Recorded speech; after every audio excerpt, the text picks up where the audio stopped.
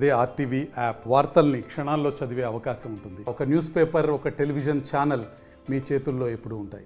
విశాఖలో జరిగిన గ్యాస్ ప్రమాదంలో వెల్డింగ్ షాప్లో అయితే ఘటనా స్థలంలో అయితే ముగ్గురు చనిపోగా హాస్పిటల్ తీసుకెళ్తుండగా మార్గ మధ్యలో ఒక వ్యక్తి అయితే చనిపోయారు. మొత్తం మీద ఆరుగురిలో అయితే ముగ్గురు అయితే మృత్యువాత పడ్డారు.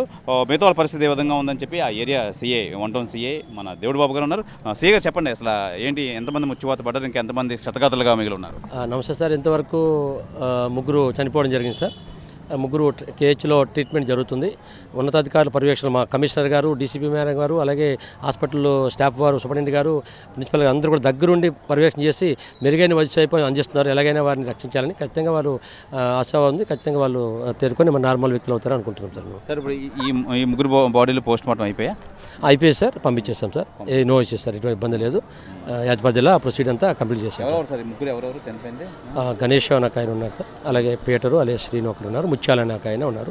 3 బాడీలు కూడా అబ్జర్వ్ చేయడం జరిగింది. తల్లిదండ్రులు కూడా వాళ్ళకి మనమే కమిషనర్ గారు దగ్గరుండి అంబులెన్స్లు ఏర్పాటు చేశారు. కేఎస్ సూపరింటెండెంట్ గారితో మాట్లాడి ముగ్గురికి ఎక్కడికైతే అక్కడికి చేయమని, అలాగే పోలీసు వాళ్ళ అంత్యక్రియలు కూడా పోలీసులు, అలాగే గవర్నమెంట్ ఎంఆర్ఓ గారు వాళ్ళ స్టాఫ్ కూడా వీఆర్ కూడా వెళ్ళారు.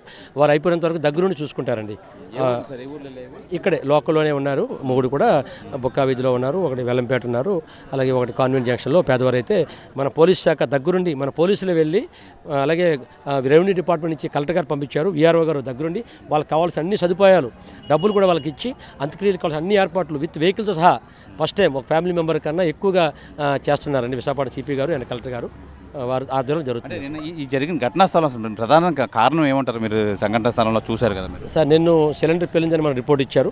దాని మీద క్లూస్ టీమ్స్ని, ఎఫ్ఎస్ఎల్, అలాగే మిగతా డిపార్ట్మెంట్ అన్ని డిపార్ట్మెంట్ని కోఆర్డినేట్ చేసుకొని ఎక్స్పర్ట్స్ని తీసుకొచ్చి కమిషనర్ గారు ప్రత్యేక బృందాలతో దర్యాప్తు చేస్తున్నారు. అవన్నీ వచ్చిన తర్వాత ఫర్దర్ ఏంటనేది చెప్పారు. ప్రక్రియలోనే జరిగిందంటారు. అది ఇంకా ఇన్వెస్టిగేషన్ రావాలి సార్. ఇన్వెస్టిగేషన్ గోయింగ్ ఆన్, అది మనకు చెప్పడానికి లేదు.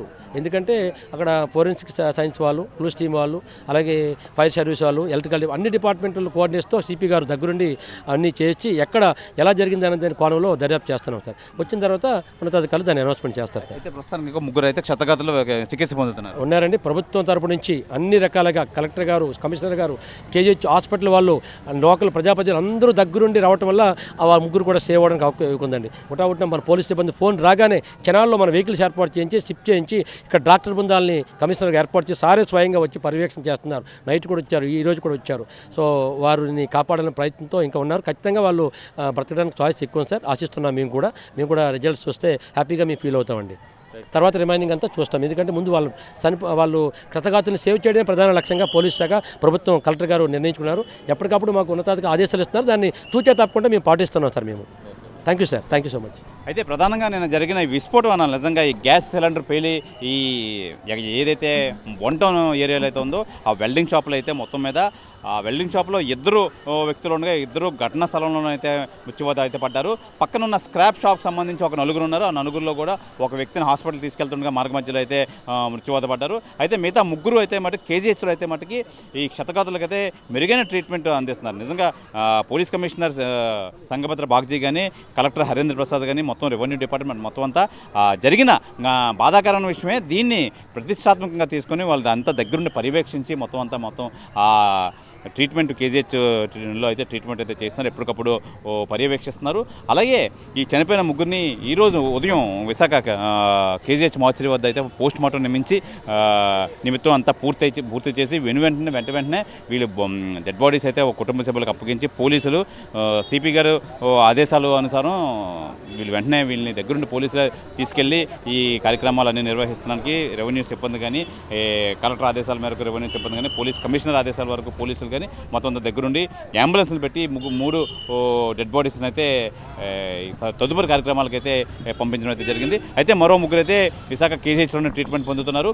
అయితే వీళ్ళు కూడా బర్న్ పర్సంటేజ్ 70%, 95%, 90% ఉండడంతో వీళ్ళకి మెరుగైన చికిత్స అందిస్తున్నారు. కేజీహెచ్ సూపరింటెండెంట్ పర్యవేక్షణలో మొత్తం సిపి కానీ, కలెక్టర్ కానీ మొత్తం దీన్ని ప్రతిష్టాత్మకంగా తీసుకొని వాళ్ళు ఇమీడియట్గా రికవర్ అవ్వాలి, ఏ విధమైన వీళ్ళు కంపల్సరీగా అన్ని సహాయం అయితే చేయాలని చెప్పి చేస్తున్నారని చెప్పి 1 టౌన్ సీఏ అయితే తెలిపారు. అయితే ఈ నేపథ్యంలో మొత్తం అంతా ఇక్కడ 3 డెడ్ బాడీస్ అయితే తదుపరి కార్యక్రమానికి అయితే పంపించడం అయితే జరిగింది. అయితే ఈ మిగతా ముగ్గురికి అయితే మెరుగైన వైద్యం అందిస్తున్నామని చెప్పి సీఐ అయితే తెలియజేస్తున్నారు. ఏదేమైనా నిన్న జరిగిన ఘటన మటుకి నిజంగా చాలా బాధాకరం. ఈ నేపథ్యంలో అయితే మొత్తం అసలు ఎందుకు జరిగింది, అసలు ఏ నేపథ్యంలో అయితే జరిగింది అని చెప్పి మొత్తం అంతా వీళ్ళు ఆరా తీస్తున్నారు. ఇంకా ఇంట్రాగేషన్ అయితే జరుగుతుంది.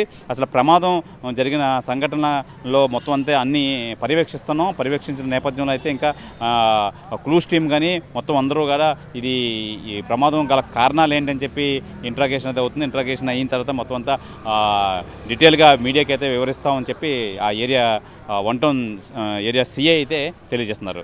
ఇది నిన్న విశాఖలో జరిగిన ప్రమాదంపై పూర్తి వివరాలు. కెమెరామెన్ ప్రసాద్తో శివరామకృష్ణ టీవీ, విశాఖ కేజీహెచ్ వద్ద నుంచి. తెలుగులో ఫాస్టెస్ట్ న్యూస్ ఇప్పుడు కొత్త అవతారంలో 5 సెకండ్లోనే పూర్తి వార్తా సమాచారం మీ చేతిలో. సోషల్ మీడియా ట్రెండ్స్ మీ కళ్ళ ముందుకే live TV and voice search ఆప్షన్స్తో ఇప్పుడే డౌన్లోడ్ చేయండి. యాప్ లింక్ డిస్క్రిప్షన్లో ఉంది.